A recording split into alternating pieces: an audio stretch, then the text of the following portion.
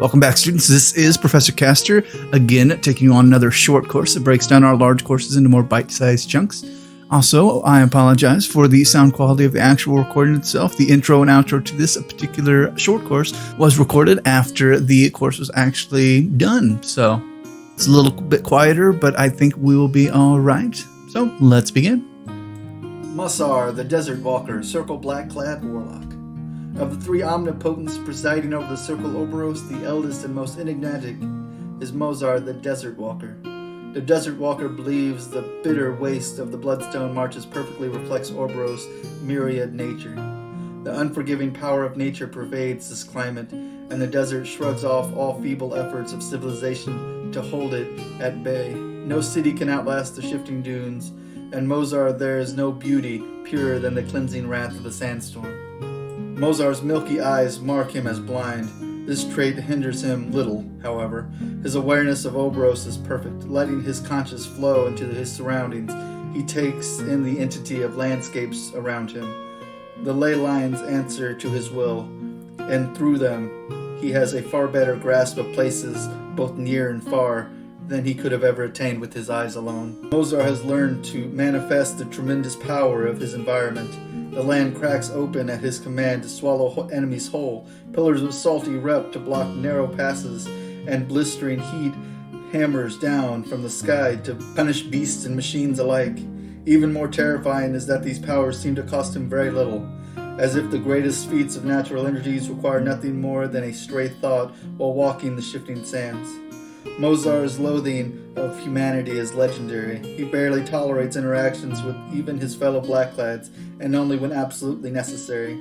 Those within the Order who learn Mohsar's tutored Kruger immediately gain insight into the metal of the Stormlord's soul.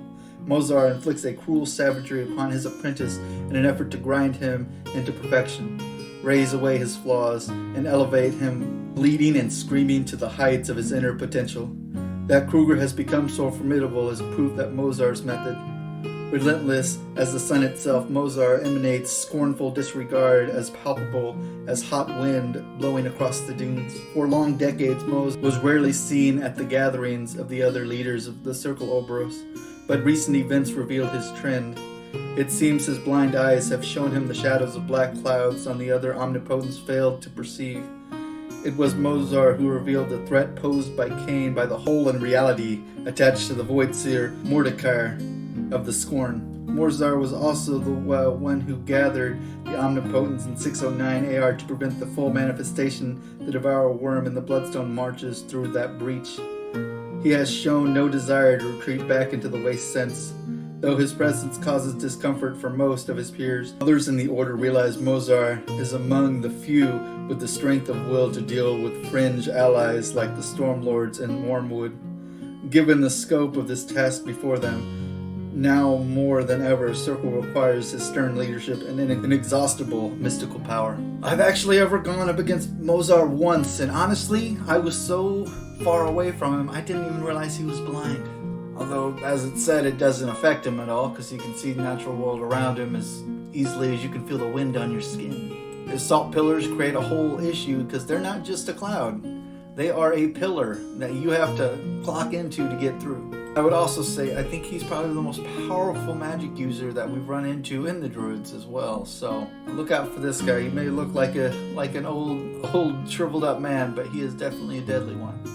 Alrighty, students. Well, that does it for this short course. And as always, thank you, Privateer Press, for letting us read your fantastic lore. And as always, your homework is going to be, please like, subscribe, comment, let me know how I'm doing, and share it with your friends and fellow gamers alike so we can increase the class size. And as always, class dismissed.